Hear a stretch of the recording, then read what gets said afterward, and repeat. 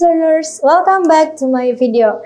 Yaps, kita di video kali ini akan kembali membahas kelanjutan dari jenis-jenis frase yang pernah kita bahas sebelumnya, baru beberapa ya kan. Nah, di video kali ini kita akan membahas 3 lagi frase baru ya, jenis-jenis frase tambahan.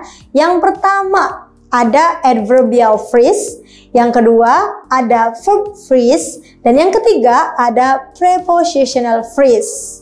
Oke, langsung saja kita masuk ke penjelasan tentang adverbial phrase. Apa sih itu adverbial phrase? Adverbial phrase itu adalah kumpulan kata di mana headnya atau yang dijelaskannya itu berupa adverb atau kata keterangan. Yaps, di sini kita sudah tuliskan adverbial phrase ya. Yang menjadi headnya pasti itu adverb karena kita sedang membahas tentang adverbial phrase. Nah, terus yang menjadi modifier itu kira-kira apa ya? Adjektif kah? Noun kah? Atau apa nih kira-kira?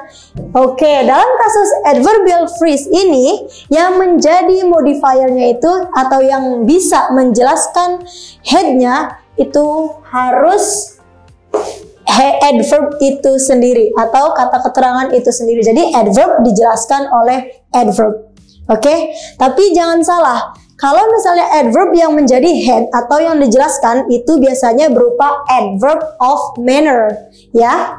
Contoh dari adverb of manner tersebut di sini ada beberapa kayak well, terus ada juga slowly, ada nicely, ada quickly dan kawan-kawan nih yang berakhiran li, oke. Sedangkan yang menjadi modifiernya walaupun sama-sama adverb tapi modifiernya itu berupa adverb of degree ya, adverb of degree. Contohnya apa aja sih adverb of degree itu ya? Yang dituliskan di sini ada very, ada so, ada to, ada enough dan kawan-kawan. Sini ada contoh very well. Very itu adverb, well juga adverb. Cuman kita harus tahu nih mana adverb of degree, mana adverb of manner. Oke, kita cari dulu nih dari very dulu. Very, kira-kira very masuknya kemana? Di adverb of manner atau di adverb of degree?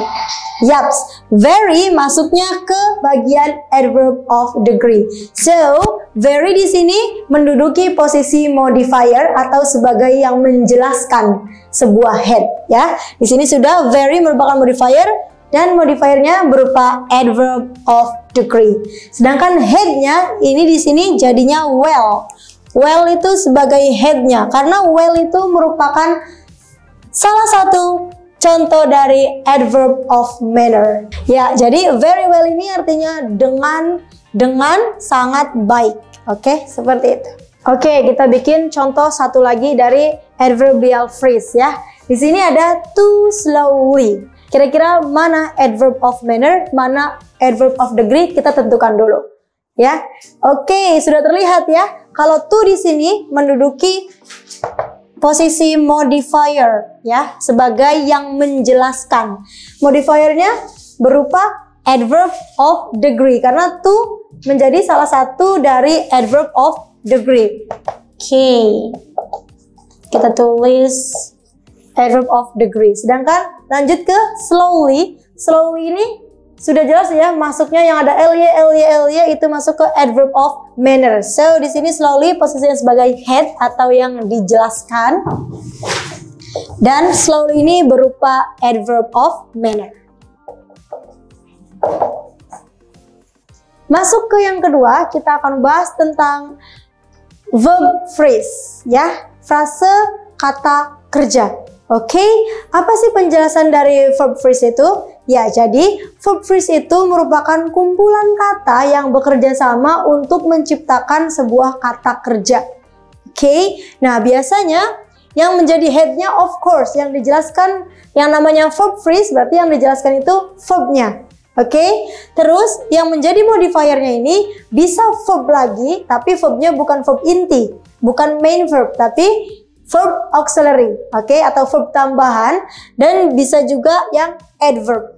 Jadi modifier atau yang bisa menjelaskan head dalam kasus verb phrase ini ada dua. Yang pertama verb auxiliary atau verb tambahan, yang kedua ada adverb atau kata keterangan.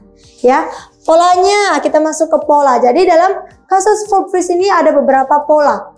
Oke, pola yang pertama bisa berupa verb auxiliary plus verb ordinary atau main verb. Pola kedua ada adverb plus verb.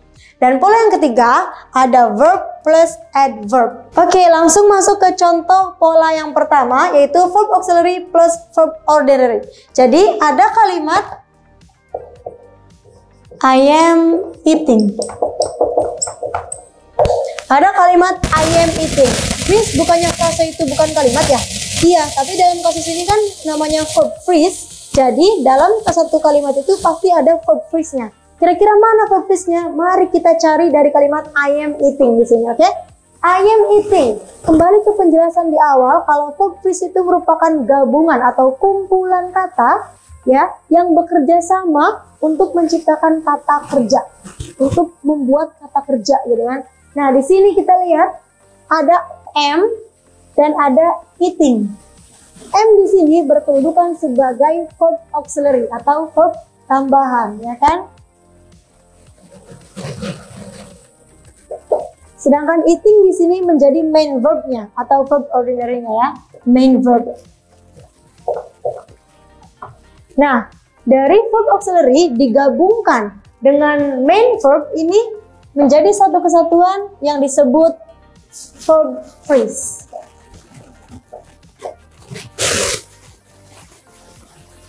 Oke, ini untuk contoh pola yang pertama, yang mana verb auxiliary di sini berkedudukan sebagai modifier, sedangkan main verb di sini eating berkedudukan sebagai headnya atau yang dijelaskan. Oke, masuk ke pola yang kedua, ada susunan adverb plus verb. Mari kita masuk ke contoh kalimatnya. Oke, ada contoh kalimatnya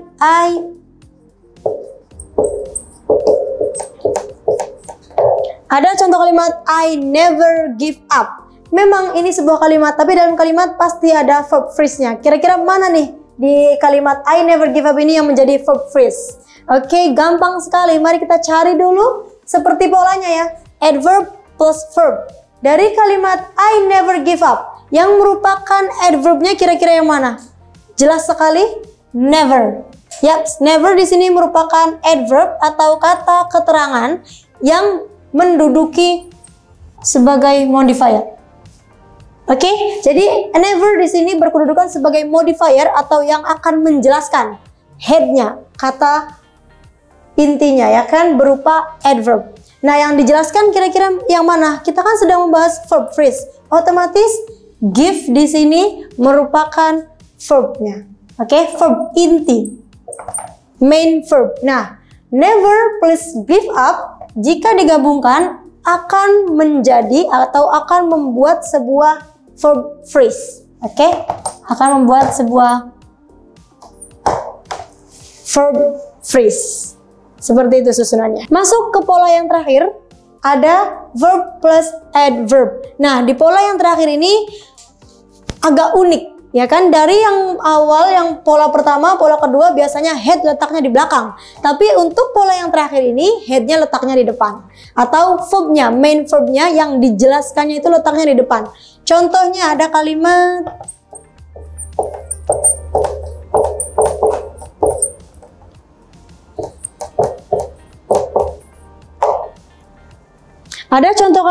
she walks slowly. Ya, dia perempuan berjalan dengan lambat. Nah, di sini susunannya she walks slowly. Kita cari susunan kan verb dulu nih. Kita cari verbnya itu yang mana? Dari kalimat she walks slowly ini. Of course, yang menjadi verbnya itu walks, ya kan? Di sini posisinya sebagai verb dan yang dijelaskan. Kita lagi membahas verb phrase, otomatis yang menjadi headnya itu kan verb. So, walks di sini posisinya sebagai head. Yang mana nantinya akan dijelaskan oleh modifier. Modifiernya berupa apa? Susunannya dulu ada adverb. Nah, jadi slowly di sini merupakan adverb atau modifier. Ya, modifier yang akan menjelaskan works-nya ini. Oke? Ya, jadi works slowly kalau digabungkan akan menjadi susunan verb phrase. Seperti itu. Masuk ke jenis-jenis phrase terakhir yang kita bahas di video kali ini, yaitu ada prepositional phrase. Oke, prepositional phrase itu kumpulan kata ya, yang dimana di dalamnya itu yang menjadi head, yang dijelaskannya itu berupa preposisi. Nah, yang namanya preposisi itu letaknya biasanya selalu di depan noun. Of course, di sini pun yang biasanya headnya selalu di depan, modifier di depan, tapi dalam kasus prepositional phrase ini headnya terletak selalu di depan. Oke? Terus kira-kira yang menjadi modifier ketika headnya berupa preposisi itu apa aja? Oke, di sini yang bisa menjelaskan preposisi ketika menjadi head itu ada pronoun, ada kata pengganti kata benda, terus ada noun, kata benda, dan ada verb ing. Oke, kita masuk ke contoh yang mana modifiernya berupa pronoun ya. Dan ada frase for you. Ada frase for you. Nah, di sini yang menduduki sebagai pronounnya of course you, ya kan? Sedangkan yang menduduki posisi preposisinya itu for. Sudah sangat jelas yang namanya for kan preposisi. Sedangkan you pronoun. Ya kan? Kita lagi membahas prepositional phrase. Otomatis yang menjadi headnya merupakan preposisi. Jadi for di sini berkedudukan sebagai head dan you di sini berkedudukan sebagai modifier atau penjelas yang menjelaskan si head ini. Lanjut lagi, kita masuk ke yang modifiernya noun atau kata benda. Ada kata atau frase at home. Nah, at home ya kan? At di sini merupakan preposisi. Sedangkan home di sini merupakan kata benda atau noun. Ya, preposisi di sini kedudukannya head yang dijelaskan, sedangkan yang menjelaskan si headnya itu berupa noun, ya kan? Modifiernya itu noun. Home-nya. Jadi home di sini menjelaskan at. Oke, menjelaskan preposisinya. Masuk ke contoh modifier yang terakhir dari prepositional phrase itu ada verb ing. Oke, jadi di sini ada frase biasanya ada kata before studying. Nah, jadi biasanya kalau ada before, after, terus setelahnya ada kata kerja, biasanya kata kerjanya itu harus diingkan. Oke, seperti contoh di sini before studying. Jadi before di sini kan posisi sebagai preposition. Nah, studying di sini merupakan verb ing-nya. Verb ing-nya. Oke, jadi kalau misalnya dalam sebuah kata kalian menemukan ada kata before studying, kalau digabung before studying ini menjadi satu kesatuan, ya, di mana before menjadi headnya, sedangkan studying menjadi modifiernya, dijadikan satu, digabungkan, maka akan menyusun sebuah pola prepositional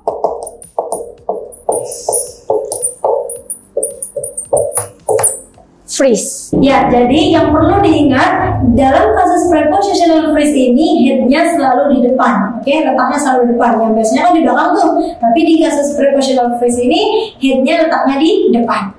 Okay, that's all about our lessons for today. Thank you for watching. Ya kan, jangan lupa share, comment, subscribe. Ya kan, yang belum paham atau pengen tanya-tanya bisa tulis di kolom komentar. Oke, thank you and see you, tata. Kampung Inggris WE.